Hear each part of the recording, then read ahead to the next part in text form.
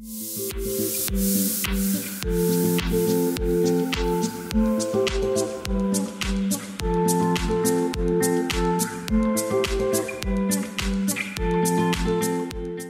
hey there guys, Erin here again, and today I'm going to be starting a new series on my channel. I'm going to be doing these short little videos kind of as a keto guide, as a collection of videos going over kind of my initial tips, my initial advice for starting keto and how to be successful on it.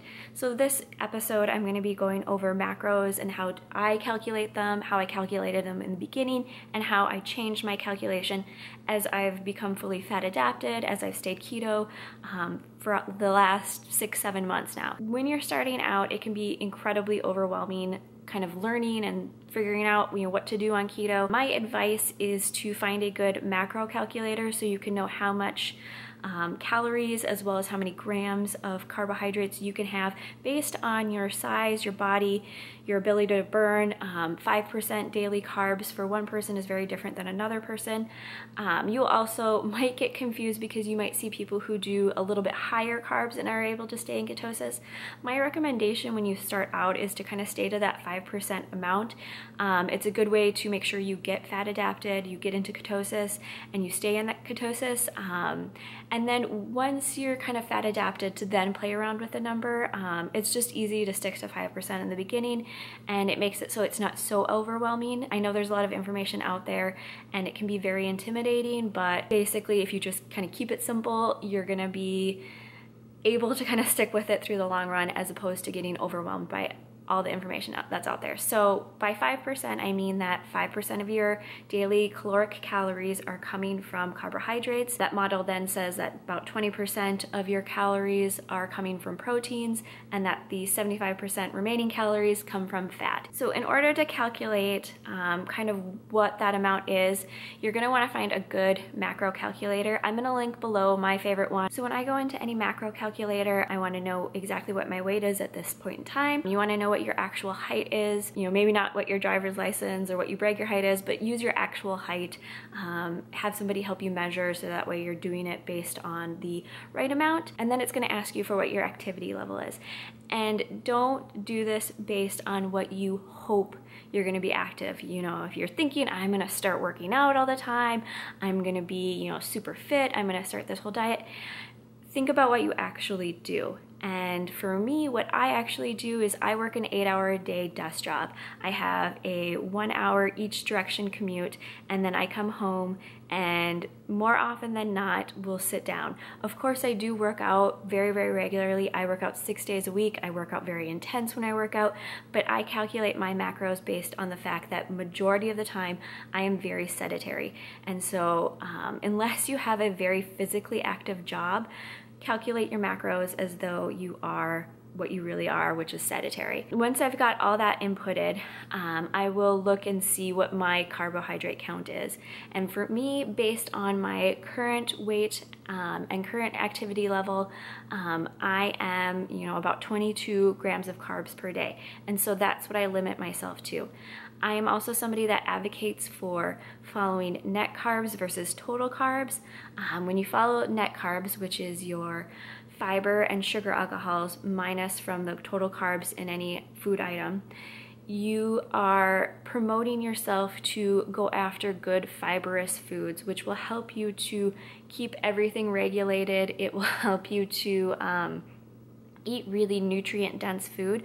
And if you are trying to go after, your health and losing weight, it's really important to always keep in mind that you are trying to be healthy. So go after eating good nutrient-dense food. That's the easiest way to, kind of lose weight, and that's the easiest way to kind of gain that healthy lifestyle that you want to have by, going on any diet, going on any lifestyle change. So once you have your macros figured out, and once you know what you can eat as far as carbs and protein and what that looks like, make sure that you have a way to kind of track what it is you're eating. For me at this point, I no longer track in an app what I eat per day or how many carbohydrates. I don't track it per item. I have, over the course of this 6-7 month period, given myself the ability to know by eyesight and by, measuring cup what the carbohydrates are in very common foods that I eat. I feel like this makes it so being keto and being on a ketogenic diet becomes sustainable, and so that is something I advocate for.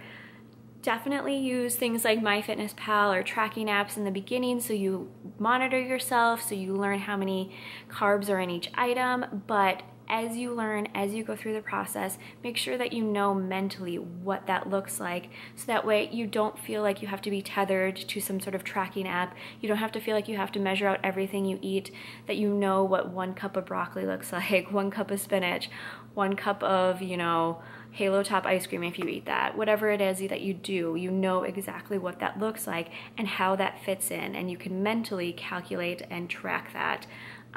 So that way you stay in ketosis, or you stay, you know, on your low carb diet. The other thing I will say with macros is that as you go through the process, you will want to update and recalculate your macros. Every time you lose weight, your macro amount will change. And if you want to continue to lose weight at the rate that you've been losing, you need to calculate and recalculate it as you go along.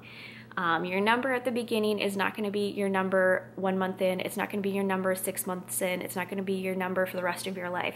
It's going to change. The other thing I will say is that you may watch other people and they might have a higher carbohydrate count than the 5%. And what I will say is that wait until you're fat adapted, wait until you've got everything down, and then maybe start increasing that amount, and then checking to see if you stay in ketosis with a higher amount.